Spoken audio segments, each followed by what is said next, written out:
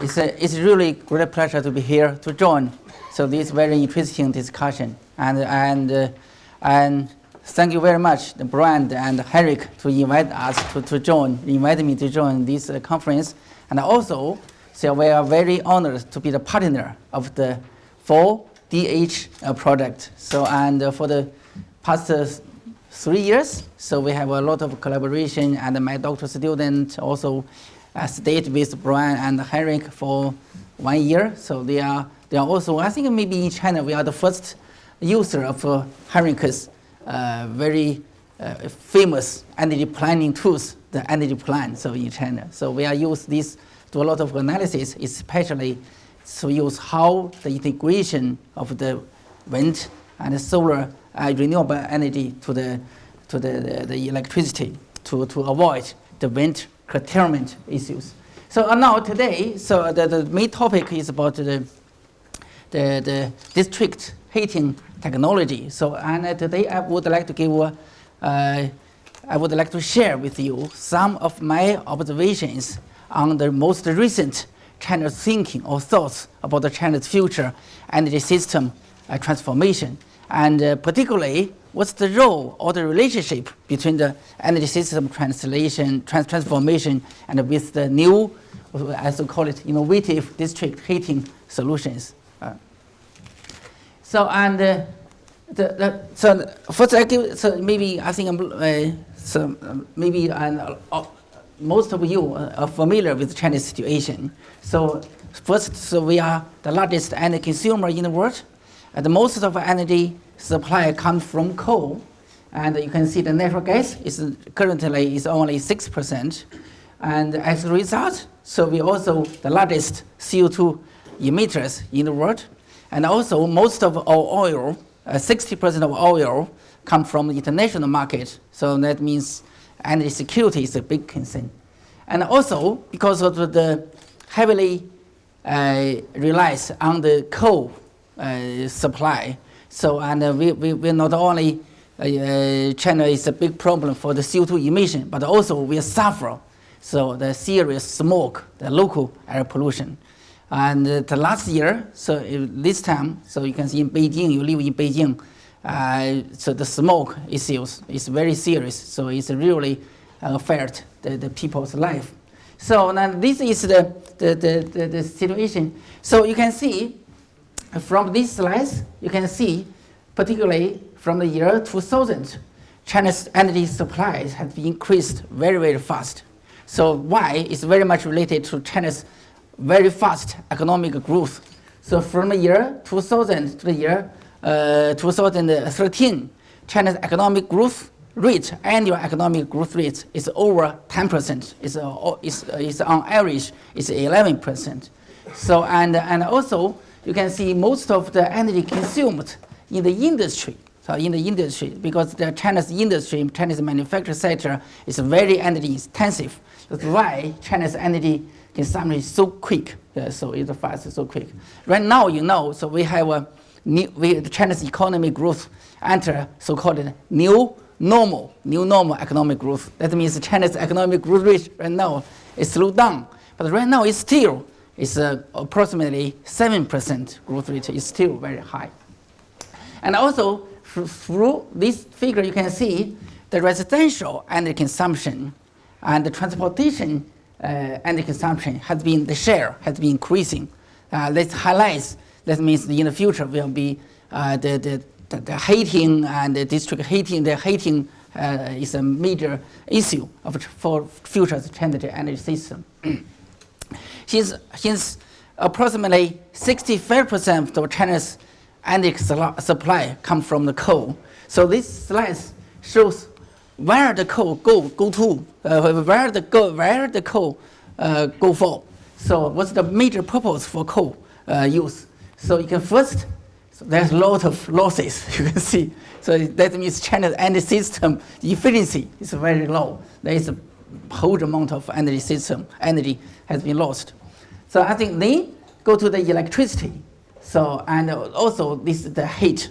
The heat is not used not only used in the residential sector, but also in the industry for the manufacturing sector. Then also the coal, this is the request. So it's directly used in the industry sector. You can see heat is really an important issue for China to address. So, and that's why, so I think the Henrik's concept idea of the fourth district heating technology is very interesting for China. And so as China, you know, so we are talking about future energy transformation. We have to consider different dimensions.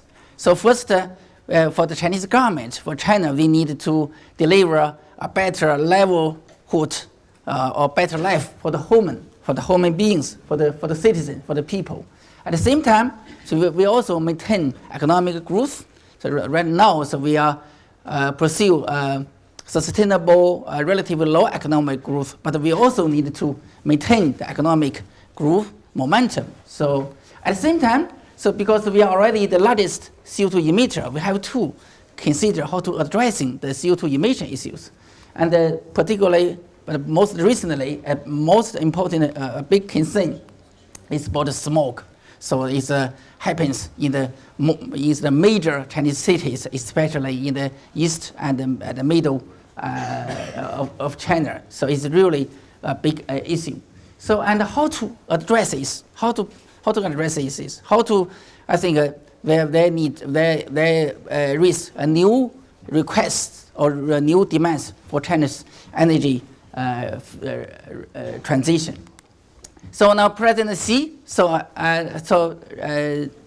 proposed a new concept. It's called energy revolution. So maybe in Europe and in the United States, most people talk about the energy transformation. But because China's energy challenge is so serious, so President Xi come up with the energy revolution. That means really do some fundamental changes. Others, so we cannot. It's a big challenge. It's a big problem. So President Xi's energy revolution contains the 5 key elements. First is the energy consumption revolution. Energy consumption, the key issue of the key purpose, energy consumption revolution is to cap the future's energy consumption.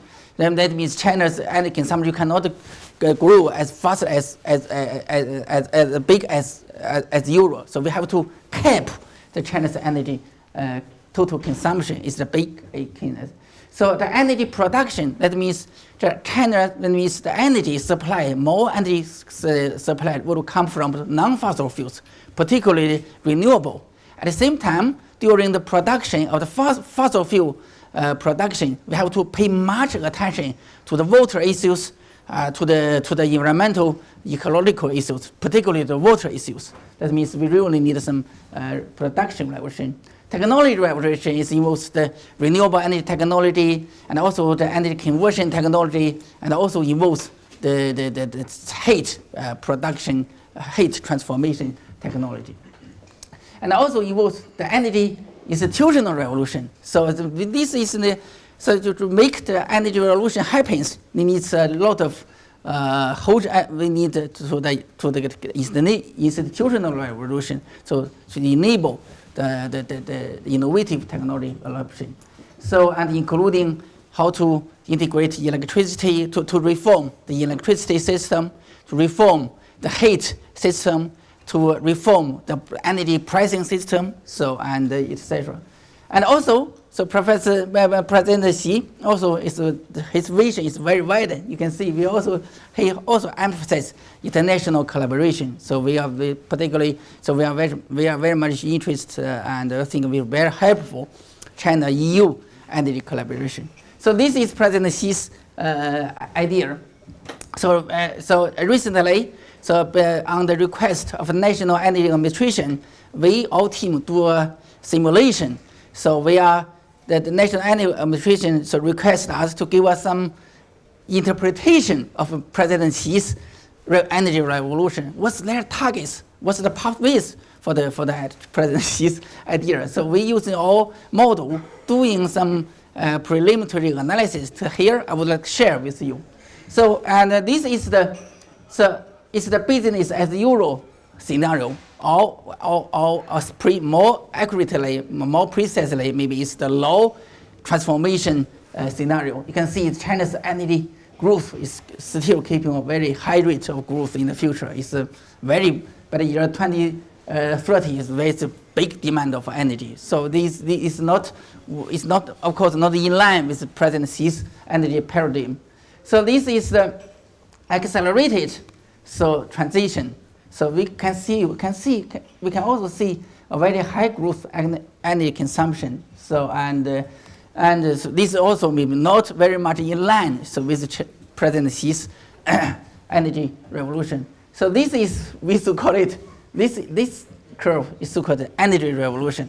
So you can put more pay more attention to the mix of the energy. So you can see, so this is the coal, this is the oil, this is the natural gas, so this is nuclear, hydro, and these are other renewables. You can see, so by the year, if really to have the energy revolution happens, that means China's coal consumption should peak right now, recently.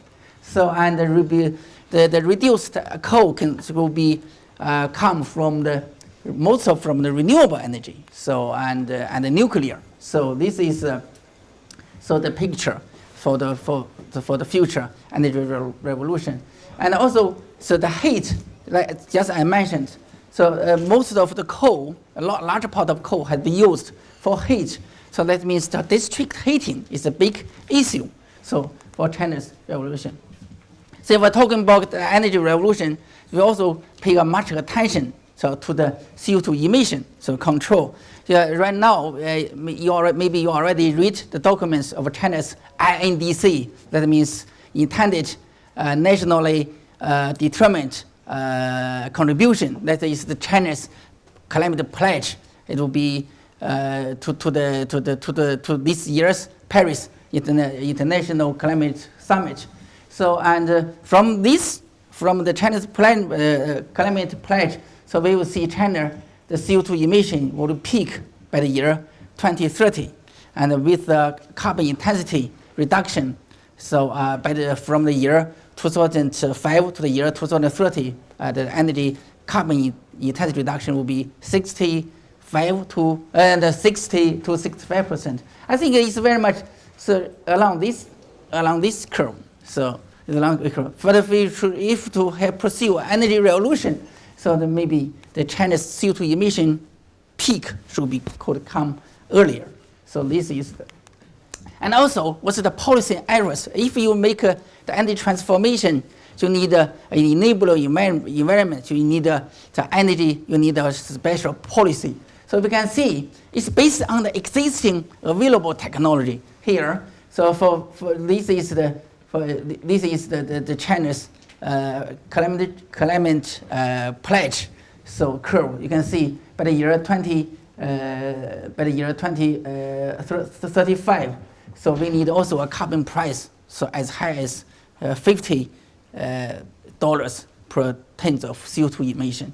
So if we really achieve the energy revolution without innovative technology, without technology breakthrough, so the cost, we need a very, very strong policy. So very, very high the carbon price. So it's over 60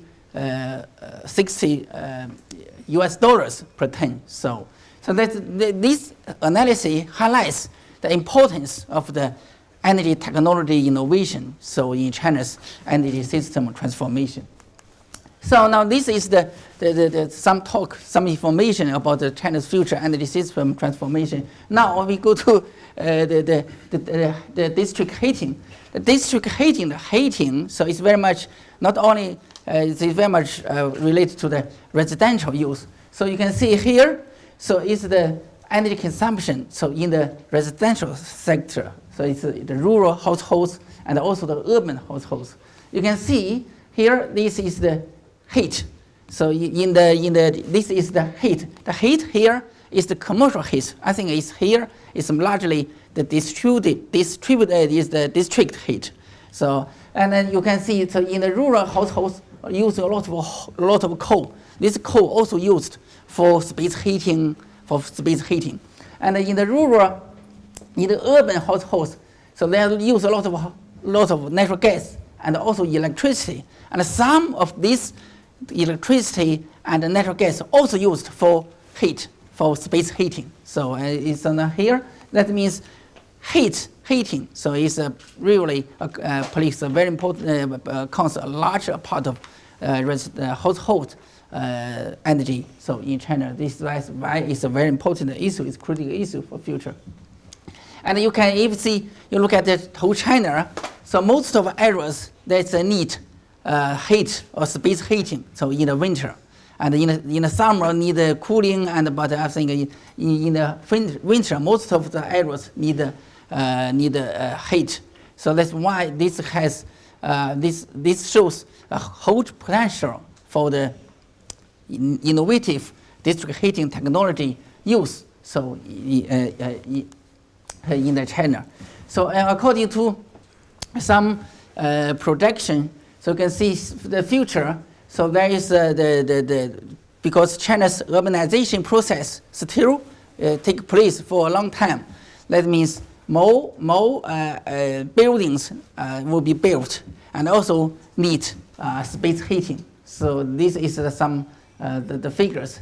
And currently, so the most of the options for heating is the coal boiler.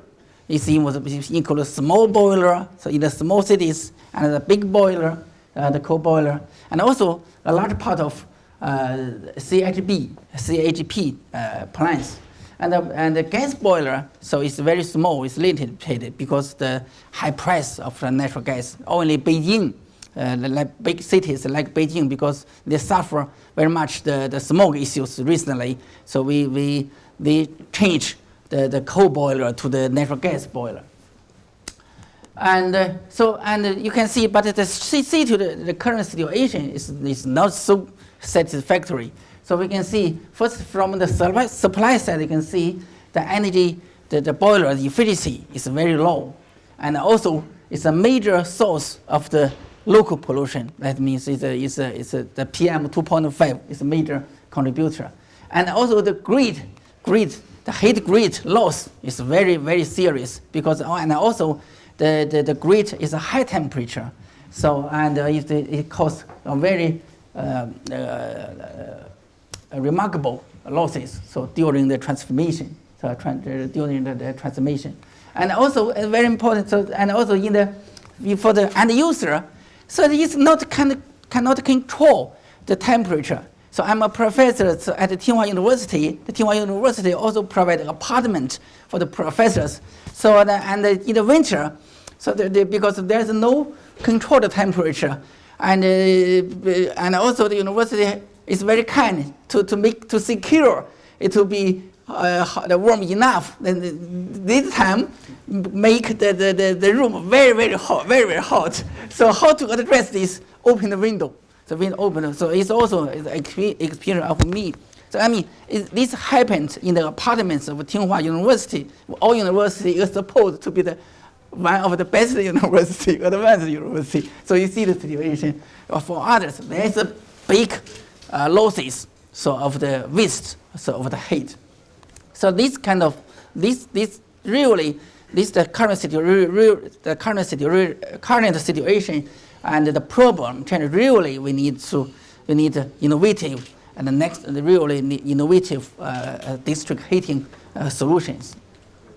And also for the different cities, you can see the heat supply option very different, but mostly the coal boiler plus CHP. So this is very much related to the coal, and also the CHP usually is not flexible. That means the heat and the electricity, the ratio is fixed. It's not so flexible. It also causes a big problem. So in the of the vendor curtailment. So in the northeast of China. So I will talk this later.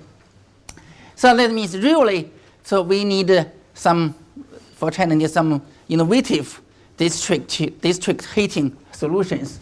So it involves, in China we have a large number of coal-fired condensing power plants. These power plants can be changed into CHP. So it will increase the efficiency. And also, China, there are a lot of low temperature heat. So in the power plants, particularly, and also in the steel sector. So in the cement sector, maybe in the industry, there's a very big amount of the low temperature grid. So in the industry sector, this is also very near to the city. But this low temperature heat has not been used, so it's waste. So we can see. But this can be used by pump, so this can be really a good source for the heat, district heating. And also we need to develop the low temperature district, low temperature heat transmission grids. So it's a big issue. So it's big technology needs in there. And at the same time, so this technology also needs some institutional and policy changes. So and first is to change the pricing and also the tariff calculation mechanism. So in China, most of the bill, the heat bill, is based on the area, the heating area. It's not based on the energy. So now there's some change. Wanted to change the system, but I think it still needs some time. And also, how to most of the heat supply, most heat pipelines is dominated by the public sector. And recently, there are also some new living areas. So this developed by the private sector. How to integrate the public pipelines and also the private built pipelines? There's a lot of it's still a lot of issues to address. And also, China needs to really to integrate this the electricity and the natural gas if we will make to build Henry mentioned smart energy system. So and put this together. So we use the Eric's energy plan model. So my doctoral student do some simulation. So you can see there is a big potential to reduce the CO2 emission, to reduce the energy consumption, or to improve the enhance the efficiency. So this is the reference scenario. If this is suppose the individual, if the heat supply, so it's by individual household systems. So this is happened in Beijing. Most of the living residential areas in Beijing, it will be the energy consumption will be very high. But if you use the innovative district heat solution, so they will be reduce the energy demand significantly. So we have to do some calculation. So if we introduce the innovative district heating technology, it will be reduce the energy consumption by 60%. For the total energy, for the China's total primary energy supply, it will be 3%. So it's a big number. So and also it will be significantly reduce the China's CO2 emission and also air pollution. And also it will be reduce the expenditure of the energy, so of the households, so and of the whole society. So and so that means so we still so this is the analysis work, but in reality we really have the potential. We have this could be possible. So in terms of the resources, so we have just as I mentioned, we have a lot of resources, new resources for the new district heating technology, and also if we can introduce this new district heating technology, it could be make it possible. So and the future to build a smart energy system. So that I believe. So the integration of the electricity, gas, and the heat is very important. So because right now, so the electricity, heat, and the gas is managed by different government agencies. So there is really need a coordination. So of to build to really to achieve the energy transformation. So this is the next slide. Next couple slides give us some highlights of the. How to the demonstration. So how to introduced the idea, idea invented by, developed by this project, and how do we work together with the local Chinese companies to make it happen for demonstration. So this is some, so the big issue is how to address the wind curtailment issues in China, because in the northeast of China, there is a big need of needs of the space heating. So it's in the winter, and also there is a enriched wind resources, but the electricity load is very low. So how to address this? So because this situation leads to a high percentage of wind curtailment. So it's many. That means in the winter. So particularly at night, many wind turbines have been stop operation. So because the electricity cannot be connected to the grid, it will be cause a problem of the grid. So, but if we introduce some innovative technology, so based on our simulation, it can be the wind curtailment can be largely avoided. So I think my colleague Wang Yu is here. She will give a detailed presentation about this work. And so as a whole, so if we can introduce the innovative or the new district heating technology, I think in the North China, the wind, the renewable integration issue can be solved to a large extent. So another is about another project is about how to take heat storage.